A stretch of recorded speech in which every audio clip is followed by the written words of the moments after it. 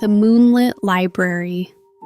Clara lived in a small town where the nights were always quiet and the streets always half forgotten after sunset. She worked as a librarian in a modest building filled with ordinary books, the kind that never seemed to change no matter how many times they were opened. Every evening she locked the doors, turned off the lights, and walked home beneath the soft glow of distant street lamps, feeling as though the world had already gone to sleep without her. It was on such an evening, when the air felt heavier and the sky deeper than usual, that she noticed something different. At the end of a narrow street that did not usually exist on her route home, there was a building she had never seen before.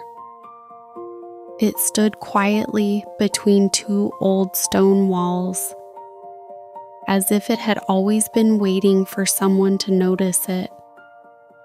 Its windows glowed with a soft silver light, not bright like electricity, but warm like moonlight resting indoors. Clara stopped. The building looked like a library, not modern, not new. It felt ancient, as if it had been written into the night itself, rather than constructed by human hands. There was no sign above the door, only carved patterns of leaves and stars fading into the wood. Without fully understanding why, she stepped forward. The door opened without sound. Inside, the air was still and softly warm. Rows upon rows of tall shelves stretched farther than she could see, disappearing into gentle shadows.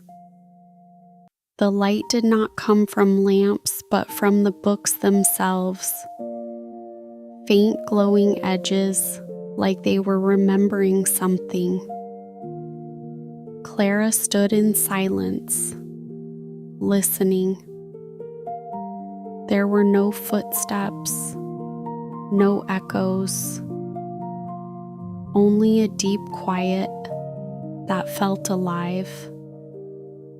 She walked slowly between the shelves, fingertips barely touching the spines of the books.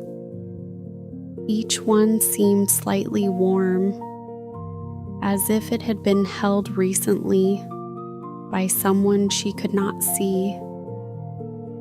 Then she heard it, a whisper, not a voice exactly, but a feeling that rose from one of the books near her shoulder. She pulled it gently from the shelf. The cover was plain, soft brown leather with no title.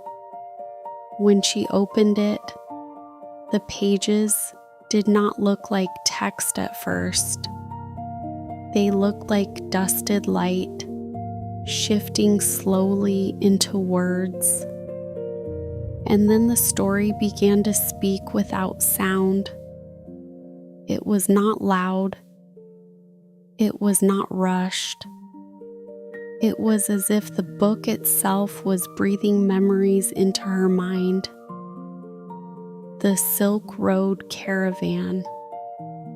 Clara saw a long line of travelers moving through endless desert, not as words, but as living stillness. A trader walked among them, carrying small bundles of cloth and spices. His footsteps sinking into sand that glowed under starlight. Nights were cold, but never lonely. Fires gathered strangers into quiet circles where no one spoke too much. Yet kindness passed between them like warm water. The journey stretched across mountains and open lands she could not name. Cities rose in the distance, like dreams made of stone and dust. Constantinople faded behind him. China waited far ahead, unseen, but felt like a quiet promise. The book did not rush the story. It let her stand beside him in silence, feeling the weight of distance and the softness of human endurance. Then the whisper faded. The pages became still again. Clara closed the book gently, as if afraid to disturb its memory. She placed it back on the shelf and realized her breathing had slowed without her noticing. The air of the library felt deeper now, as if it had expanded slightly around her thoughts. She walked further.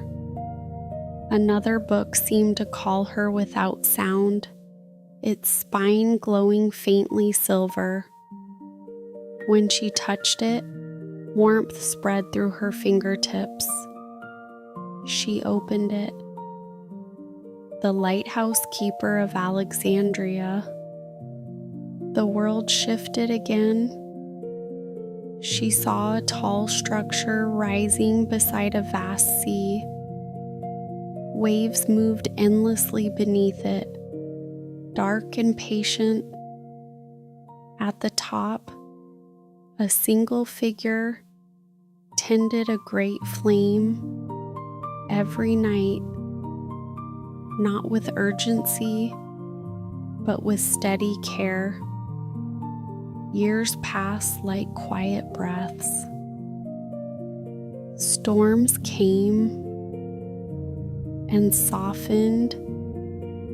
Ships found their way home because of that gentle, unwavering light. 40 years passed, not as numbers, but as a feeling of devotion that never needed recognition. The keeper did not change the world loudly. He simply remained, and that remaining was enough. The story faded like mist returning to sea. Clara closed the book again, feeling something settle gently inside her, like calm understanding she could not fully name. The library seemed to grow quieter after each story, not emptier, but more still, as if it was listening to her listen. She did not know how much time passed, only that the night outside the windows had deepened into a softer darkness, and the moonlight had shifted slightly across the floor. Far ahead, she could see a small reading nook near a tall arched window. A chair waited there, along with a folded blanket that looked as if it had always been ready for someone to rest. Clara stood for a moment between the shelves, surrounded by silent stories. Then she walked toward the nook, carrying the feeling of distant deserts and ancient seas within her, and the library, without moving, seemed to follow her gently into stillness. Clara sat in the reading nook near the tall arched window, where moonlight pooled softly on the wooden floor. Outside, the night remained still, as if the world beyond the library had agreed to pause for a while. The blanket beside her felt warm even before she touched it, and the chair seemed to hold her in place without effort. The silence here was different. It was deeper, layered, almost like the memory of silence rather than its presence. She did not feel the need to rush. The library itself seemed to guide her gently, as though each book would appear when she was ready to understand it. After a few moments, she stood again and returned to the shelves. A soft glow caught her attention, this time warmer, like faded gold instead of silver. One book stood slightly forward, as if waiting patiently. Its cover carried faint patterns of gardens and flowing water. Clara touched it carefully and opened it. The Garden of Babylon. The moment the pages softened into memory, the air around her changed. She saw a city rising from dry land, ancient and powerful, built from stone and intention. Yet within it, something unusual existed. A garden that did not belong to the desert around it. Green terraces layered upward like quiet steps toward the sky. Trees bent gently with unseen wind. Water moved through carved channels, slow and steady, reflecting fragments of sunlight that no longer existed in that time. The garden was not loud. It did not demand attention. It simply existed as a gift.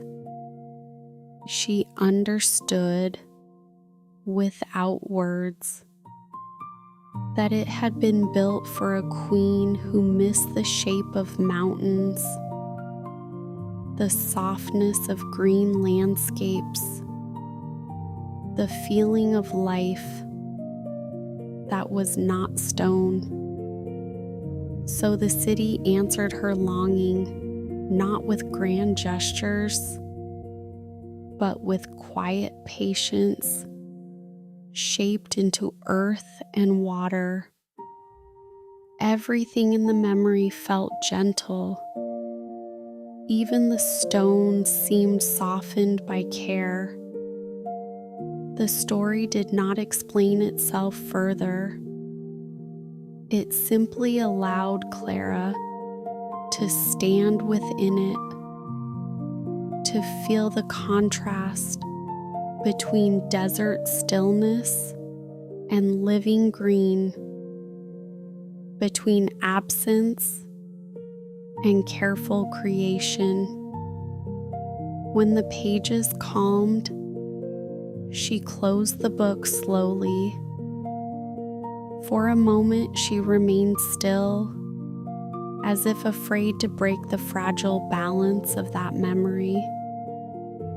Then she returned it to its place, The glow on the shelves shifted again, guiding her further. Another book, darker this time, with faint constellations etched into its cover, weighted slightly higher than the rest. Clara reached for it and opened it. The Astronomer of Samarkand. The world widened.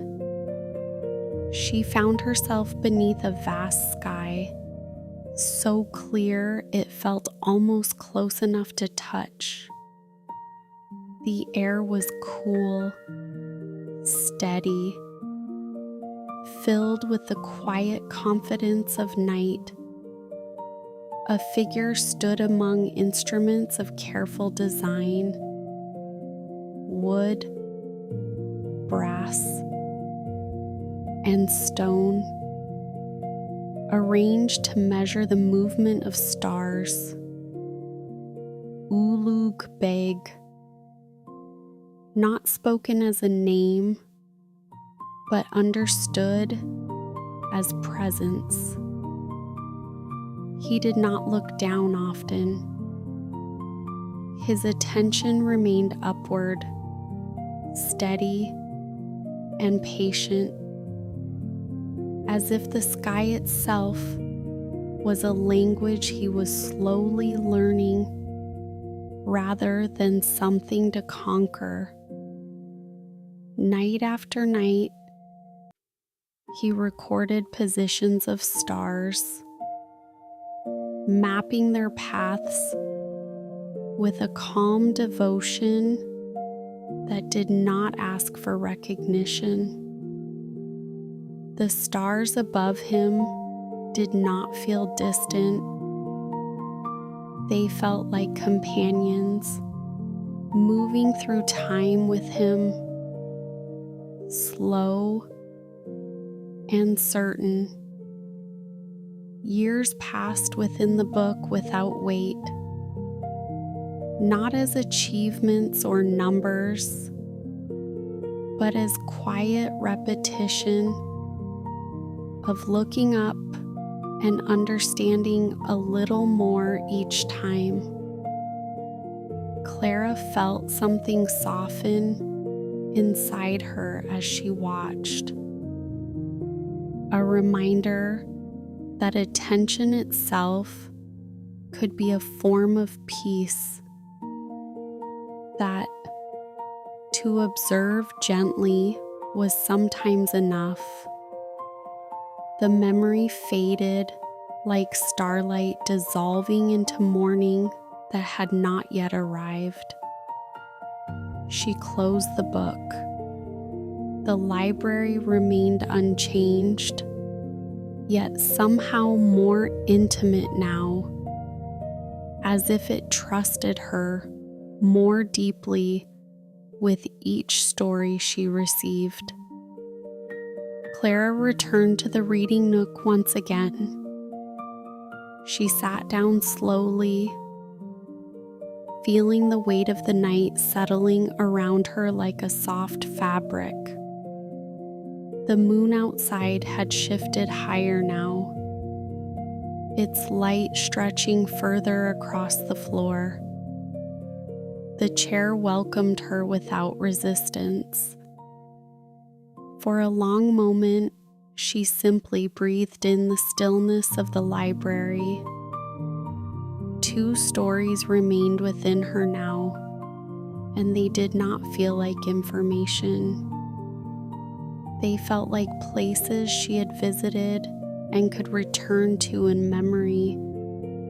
The garden of quiet care, the sky of patient observation, and within that, something in her own thoughts began to loosen, becoming softer, less urgent. The library waited patiently for her next step, as though it already knew she would return to the shelves when she was ready. And the night continued, calm and unbroken.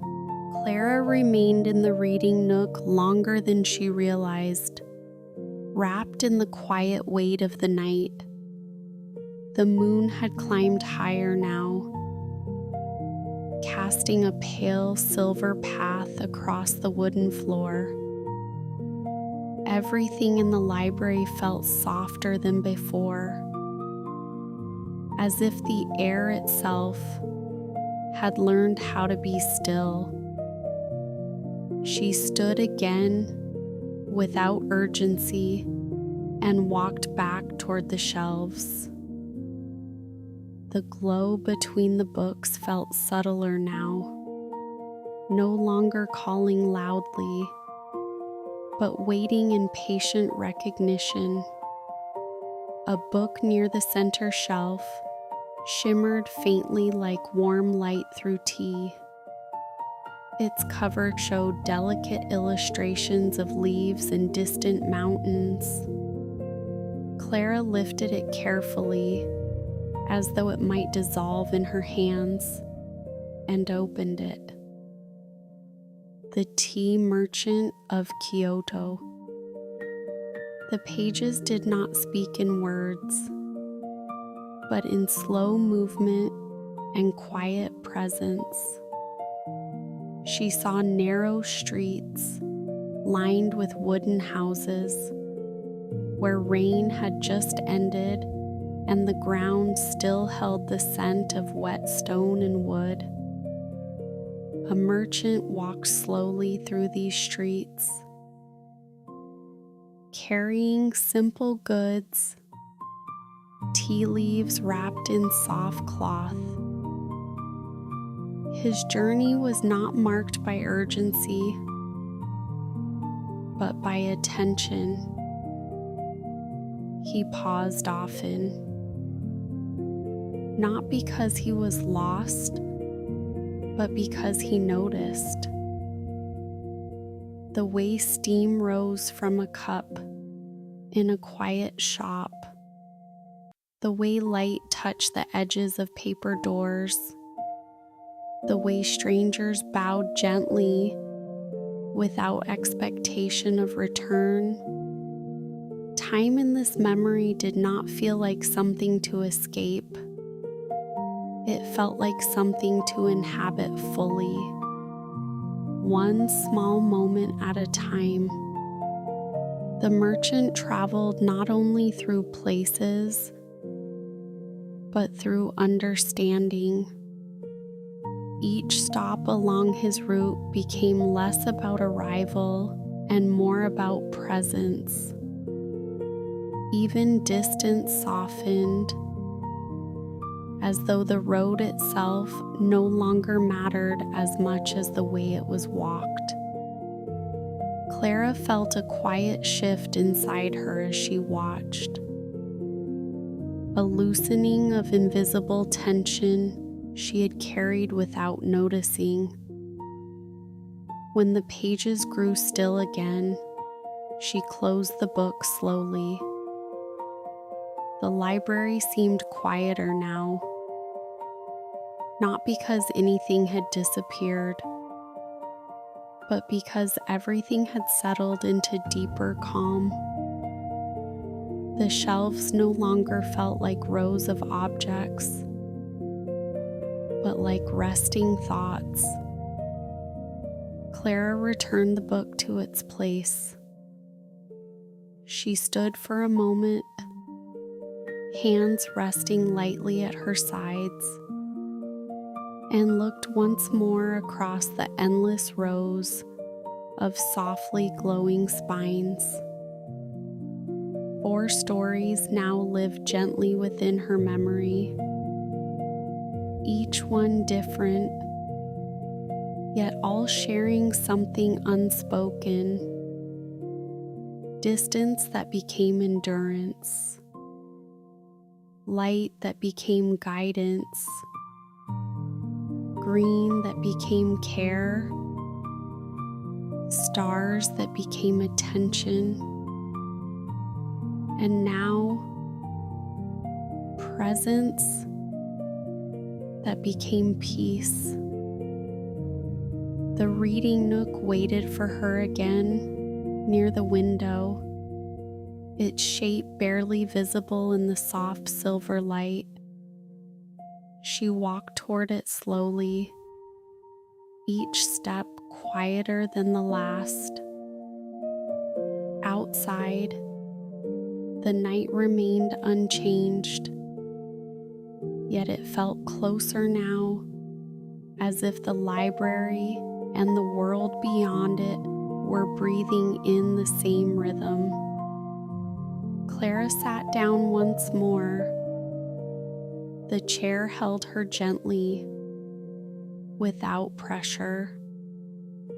The blanket beside her seemed to unfold slightly, as if inviting her to rest without effort. Moonlight touched her hands, cool and steady. She did not open another book. Instead, she remained still, allowing the stories she had already seen to settle within her like layers of quiet warmth. The caravan under desert stars, the lighthouse by endless sea, the garden shaped from longing, the sky measured with patience, the journey of tea through gentle streets. Each one softened her thoughts further, until even the idea of movement felt distant and unnecessary. Her eyes grew heavier, not suddenly, but slowly, like evening settling into night without resistance. The library did not change, it only waited, and Clara, surrounded by silent stories and silver light, began to drift into the kind of stillness where nothing needs to continue except rest. Outside, the moonlight deepened, and the library's glow softened even further, as if the whole world was quietly falling asleep with her. A final quietness gathered in the corners of the room, not empty but complete, like a breath held gently before sleep arrives and releases everything at once.